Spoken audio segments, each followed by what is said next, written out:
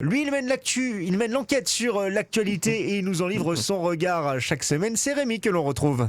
Eh ben salut tout le monde, salut Julien, salut Laura. Salut. Salut. Et vous savez quoi? Demain c'est le printemps. Et ouais, les actus c'est pas que des trucs horribles. Dans la vie, y a pas que la guerre, la misère sociale, le nouvel album de Renaud. Y a aussi des trucs cool.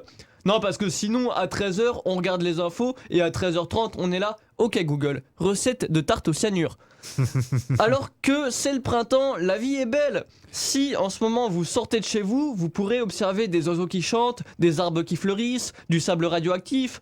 Bref, la vie qui redémarre. En plus, là, on peut enlever les masques. C'est le moment parfait pour aller respirer le bon air frais. Des fois, moi, j'ouvre juste la fenêtre de chez moi et je prends le temps de respirer et d'apprécier. La pollution ambiante du périph' de Lille. Ça fait du bien de se ressourcer. C'est vrai. Bah ouais, et cette semaine, moi je suis allé faire mes courses au centre commercial. Et alors le truc, c'est que le masque est toujours obligatoire dans le métro. On en parlait tout à l'heure justement, Julien. Et du coup, bah moi je le portais parce que j'étais dans le métro. Et après j'y pensais plus. Alors je suis rentré dans le centre commercial avec. Et il y a un mec qui est venu me prendre la tête et il m'a demandé pourquoi je portais encore le masque comme un mouton alors que c'était plus obligatoire. Alors qu'en vrai, moi je m'en foutais du Covid, hein, je l'avais juste oublié sur moi. Du coup, je lui ai répondu, je porte un masque à cause du système de reconnaissance faciale du gouvernement dans les caméras de surveillance. Ça l'a cloué pendant un moment, il a remis son masque, j'ai enlevé le mien, je suis parti et j'ai dit chais. Tu Mais m'étonnes. bah ouais. Mais c'est vrai qu'on a l'impression que le Covid ça s'est arrêté d'un coup. On dirait le truc c'était une mode et que maintenant on est passé à autre chose. À la honte, le gars il compte encore les gars contacts, maintenant tout le monde compte les réfugiés de guerre, mets-toi à la page. Non, après faut voir le bon côté des choses, finalement on va pas tous mourir du Covid, et si jamais la guerre nucléaire arrive, bah maintenant on sait se confiner. Vous vous souvenez quand on était confinés et qu'on se foutait du prix de l'essence? Ouais. On était bien. Ah ouais, on était bien. Ah ouais, on avait la télé et tout. Ouais, non, parce que personne n'a pu ignorer là la montée des prix et notamment la montée du prix des énergies et de l'essence. L'essence qui aujourd'hui a plus de 2 euros le litre, alors que dans les sondages Hidalgo est à 1,50. Maintenant, on n'a plus peur de conduire bourré parce que soit on se paye des bières, soit on fait le plein, mais on peut plus faire les deux. Hein.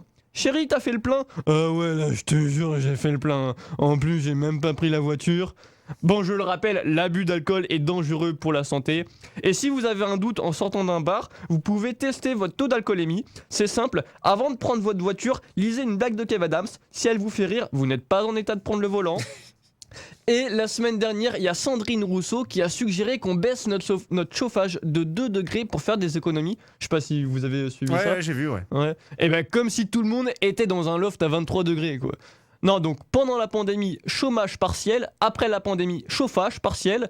Bientôt, elle va dire quoi, l'essence est trop cher, alors faites un effort, restez chez vous. Maintenant, il y a des polémiques pour savoir s'il faut chauffer à 20 ou à 19. Alors que de l'autre côté de l'Europe, il y a des gens qui dorment depuis 3 semaines dans des bouches de métro. Nous, on se rend pas compte. En France, on a nos petits problèmes. Je suis sûr que si les chars russes débarquent à Paris, notre première réaction, ça va être « Putain, ils roulent sur les pistes cyclables !» Et cette semaine, on a découvert que les Russes utilisaient des armes françaises qui ont été vendues pendant les quinquennats de Hollande et de Macron. Et eux, ils sont là... Oh non, merde, la tuile. Vous savez quoi? Bah en fait, on a vendu des armes à Poutine et truc inimaginable. Alors là, inattendu, ils les ont utilisées. Oups. Bah oui, évidemment qu'ils vont les utiliser. Macron et Hollande, en fait, c'est les seuls qui trouvent le moyen d'organiser une soirée sadomaso et de se plaindre d'avoir reçu une fessée. En fait, si ça se trouve, quand Macron appelle Poutine pour négocier, ben c'est pas de la fin de la guerre dont il parle, mais des prochains tarifs. Alors, les radars, ils marchent bien? Ouais. Si tu veux, j'ai 12 sous-marins là, je sais pas quoi en faire. Da. Et il y a d'autres lucs que vous utilisez pas? Ouais, il y a le ministère de l'écologie et Sergio Ramos au PSG. Et je dis, moi du coup en parlant de Macron, j'ai écouté Macron qui a dévoilé son programme, je sais pas si vous aussi vous avez écouté. Alors, non, j'ai pas écouté, mais Ouais. je suis, ouais. Ah de toute façon faut se taper les 4 heures là. C'est ça, c'était un peu long. Bah ouais, au bout d'un moment, ok Google, comment faire un nœud coulant? Et devinez quoi? L'égalité homme-femme, c'est la grande cause du quinquennat. Et ouais. Oui, comme le quinquennat dernier. Voilà, encore. Moi je me suis dit, ça doit être sa cause préférée. Si ça se trouve, le gars il se dit, ah tellement je l'adore celle-là, je vais rien faire pour la régler, comme ça ce sera ma grande cause à chaque fois. T'es d'accord avec moi Darmanin?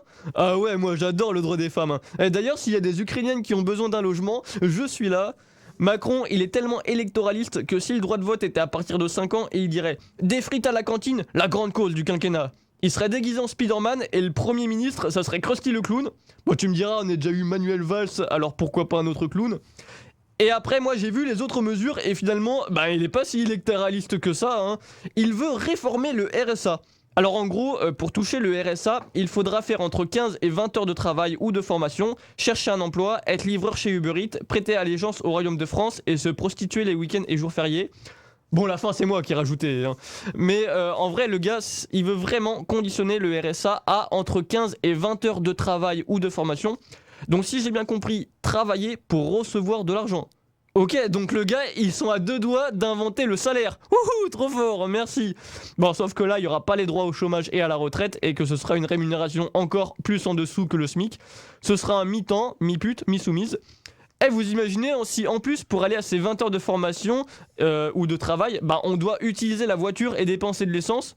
On aura dépensé tout notre RSA dans le trajet pour aller au travail qui nous permet d'avoir le RSA. Elle est pas belle la vie? Magnifique. Ouais. Donc là, visiblement, il en a plus rien à foutre du côté social. Il se dit, plus c'est gros, plus ça passe. Il nous chie dessus et après il nous dit « Ah, j'espère que vous allez nettoyer ça, bande de bouseux !» En plus, moi je sais pas comment il va faire pour trouver un mi-temps à tous ceux qui sont au chômage et au RSA, étant donné qu'il y a 15 fois plus de chômeurs que de postes vacants. Autant faire tout de suite un Squid Game géant, les survivants ils ont un emploi et les autres, ils sont morts. En plus, 0 SDF, c'est parfait, hein. Ou sinon, on peut aussi s'arranger pour ne pas voter pour lui aux prochaines élections, hein. Ça peut régler aussi le problème. En tout cas, s'il y a un truc qu'il ne pourra pas changer, demain, c'est le printemps. Alors, profitons et bonne journée. Merci Rémi et profitons, il est vrai, de ce soleil.